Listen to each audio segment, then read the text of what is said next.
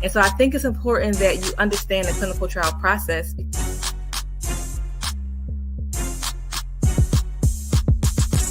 I'm not saying that the pill is bad. I just want you to think about how to make health decisions for yourself.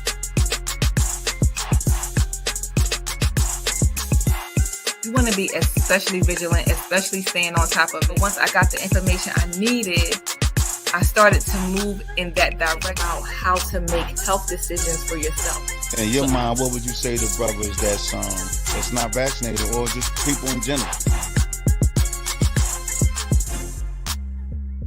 I'm glad to hear you are protected, and thanks for being so honest here on Keeping It 100, because that's what we do. Hey. Welcome to Keeping It 100, where we have these open and honest conversations to make sure you have the information you need to make good health decisions. I am your host, Dr. Kristin Motley. And as always, we have a good show in store. If you think of anything, let us know that you are here. Please give yourself a shout out. Give us a shout out in the chat.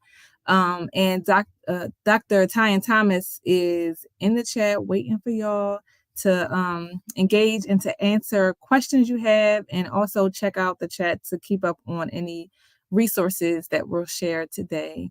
Let me bring in my co-host, the street practitioner himself, Dr. Georgie Mink Jr. Hey, Doc. What's going on? Welcome back. I know, right? I feel like I went on another vacation. You went to San Juan. Wow. Right. Oh, man. Wow. It's all good. Good to see you, Doc. You too. It's always good to have you back. And I saw you this weekend. We were in the streets doing what we do. We went to the environmental racism walk with Queen Lean Zuline Mayfield and her group, Chester Residents Concerned for Quality Living. That was amazing. We had some pictures from that event. Lots of people came out. It was good. It was a good event. Nice. It was nice. Wow. It was great to see so many people not from Chester there. And at first I was a little conflicted. I was like, where is Chester? But you know what? We're tired. Why we got to be the victims and fighting this stuff too? Right. So let's bring in people who, has the energy, who can come in to serve as our allies and to be there to help us get through these challenges, because we need them. Like, we absolutely need them. So I'm not even mad at Chester for not, outnumbering the allies. I appreciate the allies, because we need the allies, because we are tired. Yeah, everybody is, and it's just based off of right and wrong. We at the point now was enough is enough. So it's attracting good people. Yes. It's attracting good folks that really believe in the movement and what we standing for. And the turnout was amazing. I was a part of the caravan. Bilal was on the camera footage. Like, we was out. Yeah, the kids out there. Little Noah was out there. Brie, you had the whole family out. Where the pictures at? Yeah. Let's see. Pictures from Saturday. All right. I don't know if they're going to come up or not, but we did have a good event. I'm going to get my Instagram reel together. It takes me forever to get a reel done. So I will be able to show the pictures once the reel is done, but it was a good event. Let's just hop right into the news update, health update. Wanted to remind everybody that the FDA did authorize another booster for groups of people. For one, particularly, is for people that are 65 and older. If it has been 4 months or more since your last Omicron booster, the updated booster that became available in September, if it's been 4 or more months since then, you are authorized to get another booster at this time. And for people who are immune compromised, have a weak immune system, you are authorized to get another booster 2 months after your Omicron booster. Remember, that one was the one that came out in September. So if you are in either of those two groups, 65 years or older, or you are immune compromised, you have a weak immune system, talk to your doctor about getting another booster. And the reason is because your protection against COVID doesn't last as long as other people. And so as we move along in time and as we're studying and looking at the numbers and seeing who's dying, who's getting sick, who's in the hospital, who's on the ventilators, they look at those numbers and see, who's at most risk for the worst outcomes from COVID. And they determine who's eligible for a booster. So if you're young and you're healthy, you're good to go for now. And we'll see down the line when and if we may have to get another booster. I know there's a lot of people that didn't get the first booster that was available, or didn't get the Omicron, or may not even still be vaccinated. And, I get it. I understand. We are not judging anybody. But I'm just saying, talk to people you know and you trust, who know what they're talking about, and be open-minded. Be open-minded and make the decision that's best for you. Yeah. That's where we are. It's still important. So we got to keep it important and just go with the flow. So I'm ready for the next one. So You are? yeah, when they come out with the new one, I'm ready. I mean, I feel like I'm being protected. So, that's where my mindset is. So I'm not scared anymore. So yeah, that's true. That's true. I mean, I'm hoping that our protection lasts longer than they expect it to last. Like, I'm not just trying to be getting vaccines just because. I'm just hoping that we get protection that lasts long and, that still keep us out of the hospital and keep us from dying. Right. And as long as it's doing that, like, I'm good. Like, I'm real good. So we'll see what happens. But, we follow the data. So that's the best we can do. Also wanted to mention, I know that Jamie Foxx is still hospitalized. I guess he's been in the hospital for almost 2 weeks now. I've heard some reports that it was an aneurysm, and others said that it may have been a stroke. So not really sure what's going on, or if anything new has come out. Dr. Thomas, have you heard of anything new? No, I saw stroke, but I didn't see it from a reliable source, so I'm not sure either. Mm-hmm. So just reminding everybody that it's important to take care of yourself. It's important to take care of your health, physically and mentally. And not sure if you had a stroke or not, but just reminding people to know your numbers, like know what your blood pressure number is and know what it should be. And if it's not what it should be, work toward getting it there.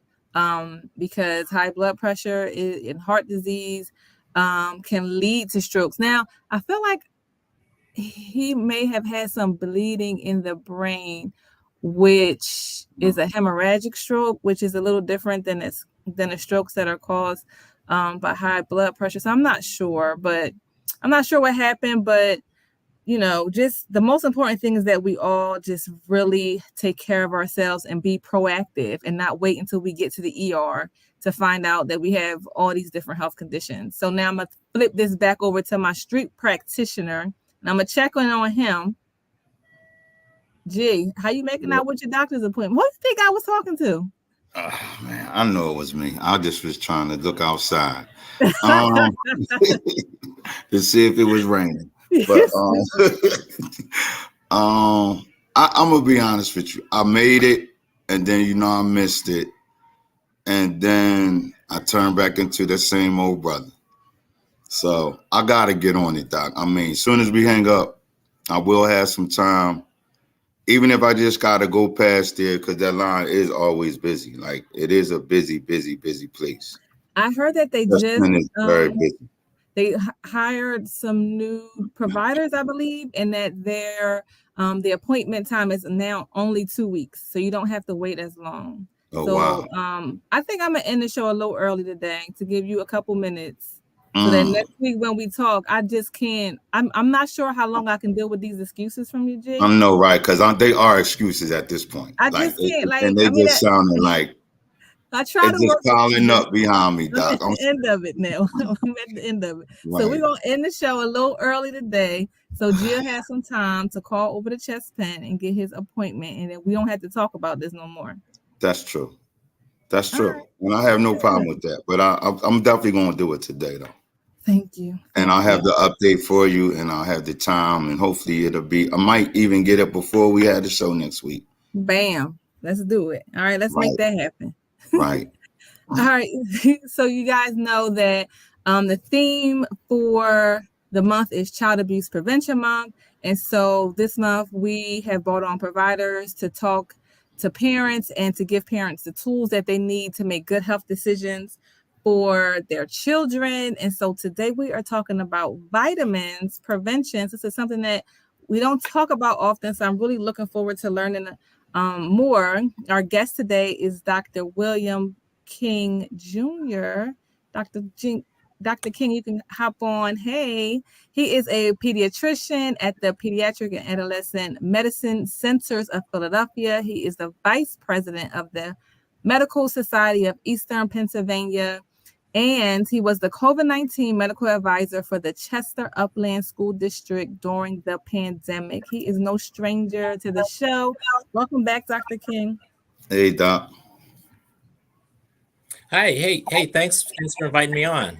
I'm happy to be here. I see kids all day, and child abuse prevention. You don't have to beat your kids to abuse them. You can also, as we all know, the most abuse we get in life is neglect. Being being attacked is not as bad as being forgotten. So one of the things that we can learn from this little conversation to think about that is just remembering to give your kids the nutrition they need, because they're building their body. We're old. My son called me rugged recently. Wow. Rugged. That sounds That sounds old. Yeah, he didn't make it an insult, but I was like, yeah, rugged, you mean like worn down. I think that's what you're saying. Wow. Said, no, that's not what I meant. But the difference is, when you're building the city, when you're building the computer, when you're building the airplane, you got to use the best ingredients, the best tools, the best that you can find. And it's not about worrying so much about specifics as thinking about the bigger picture of quality. Is this quality? Is this real? Or is this from a factory? Is it processed? Because what processing mainly does is strips out the nutrients. The reason is the animals, the germs, the things that cause spoilage, they want nutrition. Bacteria and germs, they grow on nutrients. If you strip all the nutrients out of food and you make it simply the pure chemicals, it doesn't spoil because the germs don't want it as much. Because it's really kind of like, crude oil doesn't spoil because it's been stripped down to its basic chemistry. So I just want to make that point right up front, because a lot of times we talk about, this vitamin, this vitamin, that nutrient. What about biotin? What about selenium? What about manganese? You know what? Did your food come out of a field? Was your food raised by a human? Did your food, did you just open a plastic bag, and if you had kept that food in the plastic bag, would it be still good indefinitely? If it's still good indefinitely, that's a good sign that it's probably not food. It's been put together by probably a process. It's been put together. Yeah. That's the definition of junk food. But let's talk about the specifics of what good stuff and important stuff is in food. Yeah. So I wanted to start the conversation. Can you all hear echo? Or is it just me? I don't know, Doc. If you don't hear it, it's fine. It's just me then. So let's just start off with, it looks like Dr. Thomas can hear the echo. Let me hop off and hop back on, because that fixed it last time. Hold on. Y'all hold tight, and I'll be right back. I'll keep it going. Thanks, Jay. But yeah, Dr. King, just going to some of the things that you were discussing. I remember, like, when my kids were little, they had the Flintstone vitamins. Certain vitamins back then, and we were basically giving those to our kids every day. Now I'm noticing that they have a lot of gummy. Everything is like gummy. They trying to taste. They want everything to taste better for the kids to like it. Is that going in the wrong direction, or It is. Yeah, so let's talk about that simple thing. So if you're not sure about your nutrition, so meaning you're eating a lot of fast food, you're eating a junk. Your day is a junky day. You're stopping to grab stuff from a convenience store. You're not running to the produce section. You're not grabbing some food that's that you just made. Mm-hmm. So you're not sure about your nutrition for that day. So in that case, just take a multivitamin, a standard. And when you take a multivitamin, you should take a multivitamin complete. What complete means is it has the basic vitamins A, B, C, D, E. The other one's K. Mm-hmm. And it also has the minerals, the basic minerals that our body needs, which is usually all these micro minerals, which are mainly things in rocks, literally minerals. So selenium and manganese and chromium and these tiny, tiny amounts that we need. And then the big things our body makes out of minerals, which is iron. Our blood is made of iron, and our muscles are made of iron. The heme is iron and hemoglobin. And then calcium. Our bones are made of rock. So just like a shell is made of calcium, our bones are calcium. So we are, so that's where those minerals are coming from. When you get a complete multivitamin, you have your daily requirement of those vitamins you might have missed. And you have the daily requirement of some of those micronutrients, minerals you may have missed. But the fact is, iron is basically rust. Calcium is basically chalk. And you cannot make a Jell-O gummy and add rust and chalk to it. So the bottom line is gummies are stupid. Wow. Gummies are, because the only thing that you can mix into it's just dried out Jell-O, right? That's all a gummy is. But if you're making a gummy, if you have a gummy factory, you can add the fat soluble, the fatty vitamins to it. You can add A, you can add D, you can add E, K. You can add those basic vitamins into a gummy because they're a couple drops of oil. Vitamin A oil, vitamin E oil, vitamin D oil. And that'll mix and that'll go in your gummy. You can also add a little bit of those water vitamins like B and C, but you can't add those minerals because when you try to add chalk and rust and rock dust, it doesn't mix. So the fact is, the reason you need a pill, made of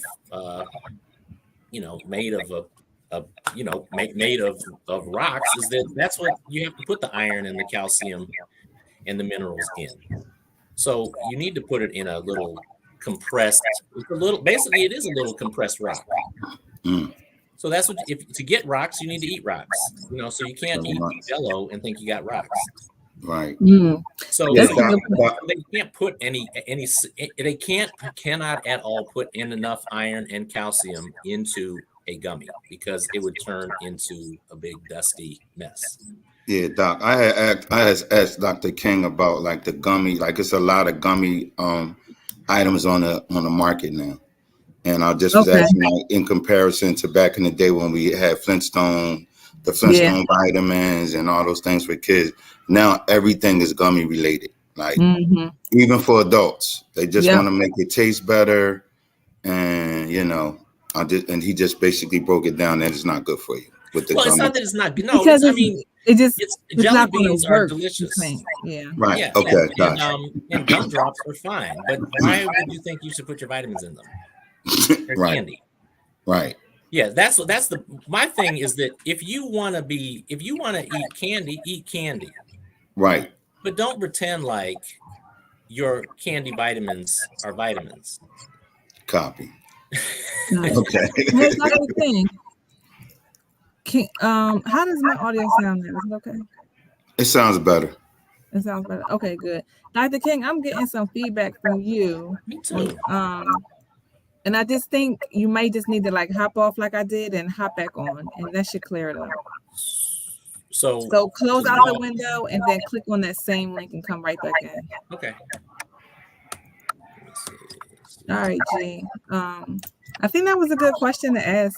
And I think that a lot of times we want to entice our children with different forms of medicine. And for kids, it may be helpful to have a gummy, but just like he said, you can't get calcium and iron in the same thing because they bind to each other. And so if the gummy's going to have one, it's probably not going to have the other. And if it has both, it's not working.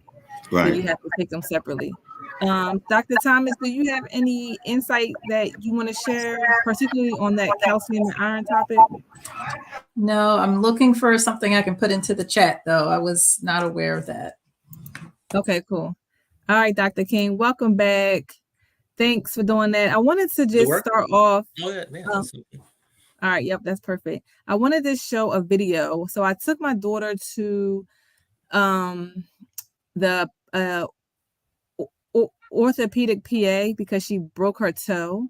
And this woman was like, she gave me all this information and I was so surprised and appreciative.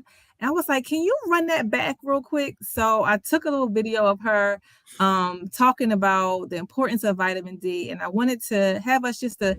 Hi, my name is Kate Ritacco. I'm a physician assistant here at Nemours Children's Health Hospital. We're in Pennsylvania right now, but we're mainly in Wilmington, Delaware. I'm here to talk to you about vitamin D supplementation. So I'm a huge supporter of vitamin D for many, many reasons. Vitamin D is needed in order to absorb calcium, which is all that white stuff in your bones. Together, it's for bone health, muscle development, immune system support. Even with the best diet, none of us are getting enough. The minimum daily recommended allowance for anyone over the age of 1 is only 600 international units or IUs every day. It's really not enough. For the younger kids, usually about age 3 to 9, we bump up to around 1,000 units every day. For 10 and above, even through adulthood, we bump up to 2,000 units every day. But really, in this area, we do not live in the right latitude to get enough of it from the sun. Those of you that have a darker complexion, you actually don't absorb as much of it from the sun than those with a lighter complexion. So it is very, very, very important to get your vitamin D in you. Shout out to Kate for just recognizing that our skin is darker and for offering specific recommendations for us. I just really appreciated her taking the time because you don't see providers do that a lot of the times. And so I just wanted to just play that video and then ask Dr. King, do a little fact checking. Is what she said accurate? Is that what you recommend for your patients? I think she said from 3 to 9, 1,000 units of vitamin D a day, and then 9 and above, 2,000 units of vitamin D a day. So just wanted to, have you to weigh in and tell us what you recommend for your patients. Yeah. So absolutely right about vitamin D being that vitamin D is usually the only vitamin that we are significantly deficient in.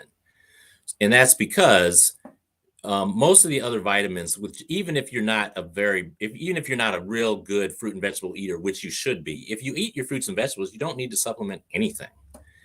Because if you eat, every meal you have fruit and vegetables, you're almost always guaranteed to, because you need so little of vitamins, and fruits and vegetables often have a huge amount each one. So if you eat your fruits and vegetables every meal every day, then you really are rarely going to be in any trouble of being vitamin deficient. You may be money deficient because fruits and vegetables are expensive, but you will not be vitamin deficient. But so for example, comes from all those carrot, the carotenoids. Those are all those kind of bright green, bright orange, yellow things like carrots and squash and anything in some of these other tomatoes and things like that. The B vitamins are in meats, and so any serving of meat and nuts and seeds has usually completely adequate B vitamins for the whole day, just one serving, and we eat many servings of meat. C comes in any amount of citrus is enough. That's the scurvy one, right? The pirates, all you needed to do to fix use scurvy pirates. That's where your teeth are falling out, and your body, your skin is rotten, and your bone and your that's why the pirates always have their rotten teeth look, because they have scurvy. All you need to do is send a bag of oranges or lemons or limes with those sailors across the ocean, and they won't get scurvy and die. If you don't send them some citrus, you have no vitamin D, and within a few months you're in trouble. But the fact is, a sip of orange juice, a little bit of lemon juice, a lime on your taco, whatever, you're getting it. So, but D is the tough one. Because D is mainly made by sunlight. So we make, now we tropical people, when we're in Africa or the Caribbean or Colombia or Australia or all the brown people of the world, right? The skin is darkened to protect from over sun exposure. So if the skin is light as mine, so my African folks were dragged across to Georgia, and then a lot of intermixing from master, and then now that so the skin is lightened through the generations. If you're in tropical places, you do need to protect the skin from damage. So you need melanin. Melanin is sunscreen. And so without melanin, the skin burns and peels. It's constantly scarred and damaged, and you get skin cancer, and everyone dies. So you have to be brown if you're in the dark, if you're in the tropical equatorial, right? Can I clarify something really quick, Dr. King? You said melanin is sunscreen, and Black folks don't like wearing sunscreen. So I want to clarify, are you saying we don't need sunscreen? Because we have melanin is about, if you were brown, like now me, I'm barely brown. I'm black inside, but not so to the not core. black on the outside, right? So my SPF, as being a light bright Negro, is SPF 5 or maybe 8. That's not enough to block much sun. If you're cocoa brown, that's like SPF 10 to 15. So that's some pretty good, moderate sunscreen. Now, when you go to Puerto Rico or you go to Jamaica, your cocoa brown still has to tan up in order to protect from that more intense sun. So you're still going to get damage through that brown skin.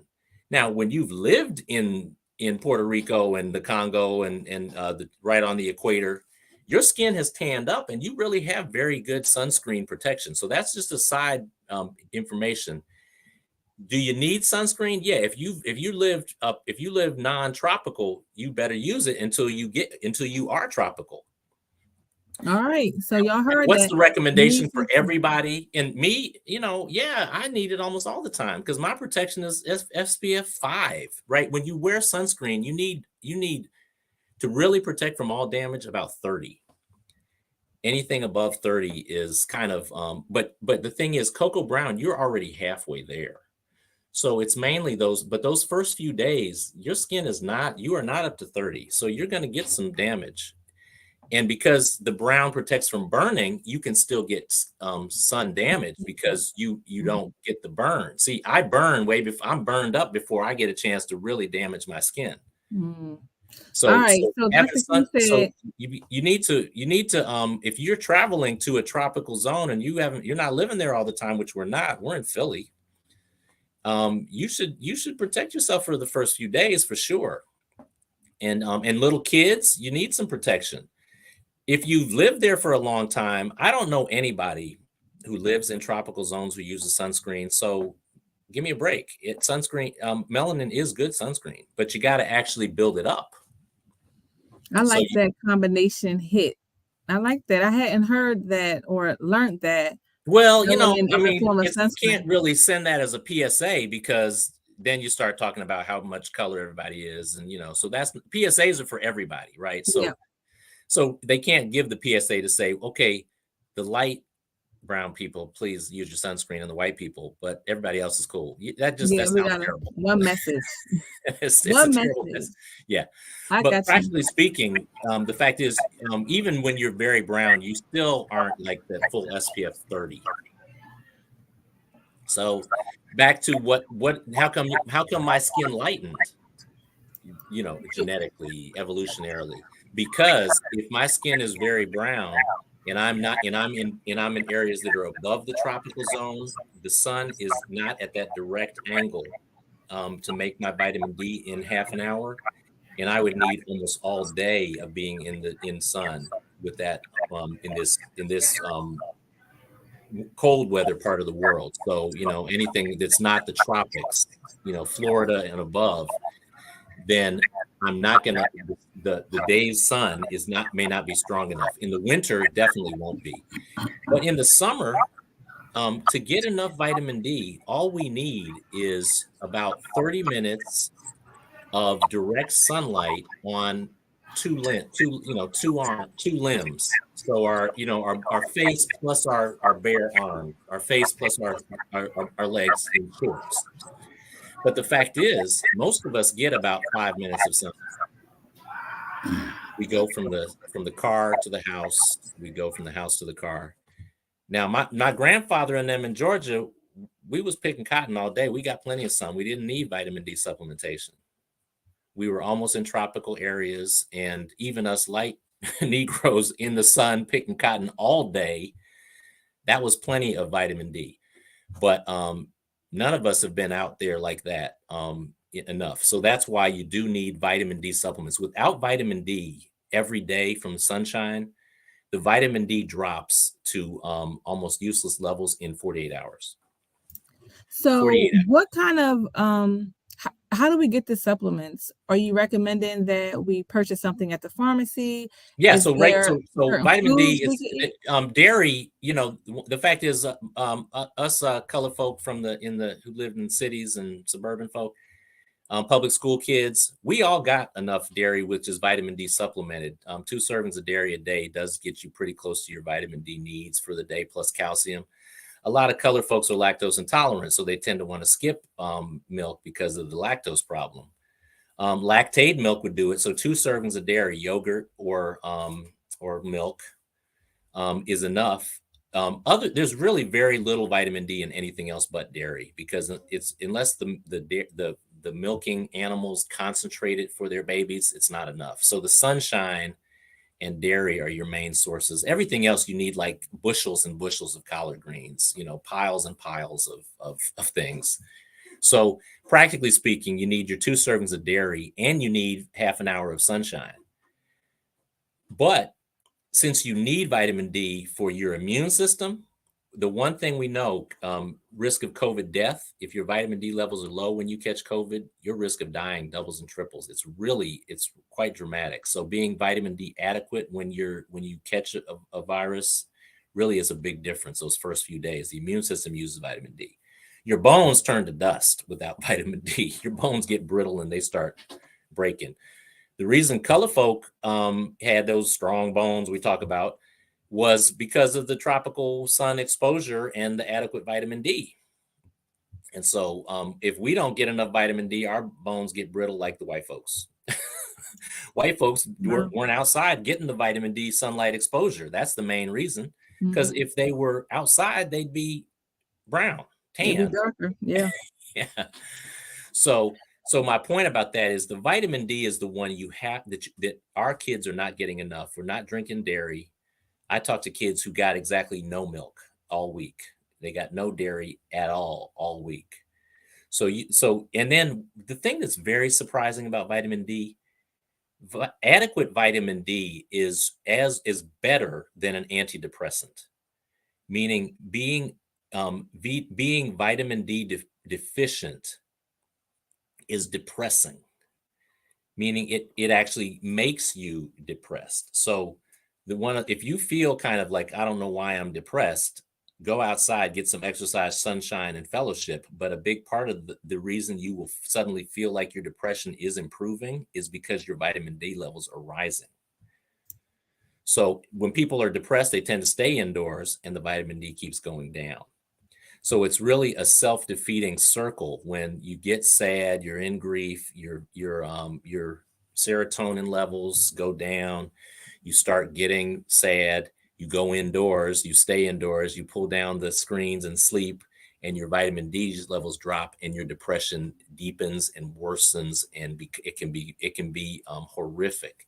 I'm glad you mentioned that, Dr. King, because I imagine during COVID, when we were in the house because we had to be in the house, that perpetuated a decrease in vitamin D levels and, perpetuated that kind of cycle of depression and being, away from people and away from your loved ones, and then vitamin D levels dropping because you're not outside. I think yes, same thing. What about now? What about violence? It's not going to be COVID that's keeping us in. It's going to be violence, right? Yeah. So the same thing. We're so depressed because we're scared of the violence. Well, maybe sometimes we're so depressed because we stayed inside because we're scared of the violence and our vitamin D levels are dropping.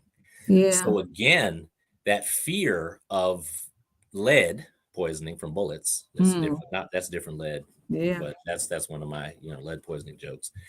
That the main lead we're afraid of right now is lead from bullets.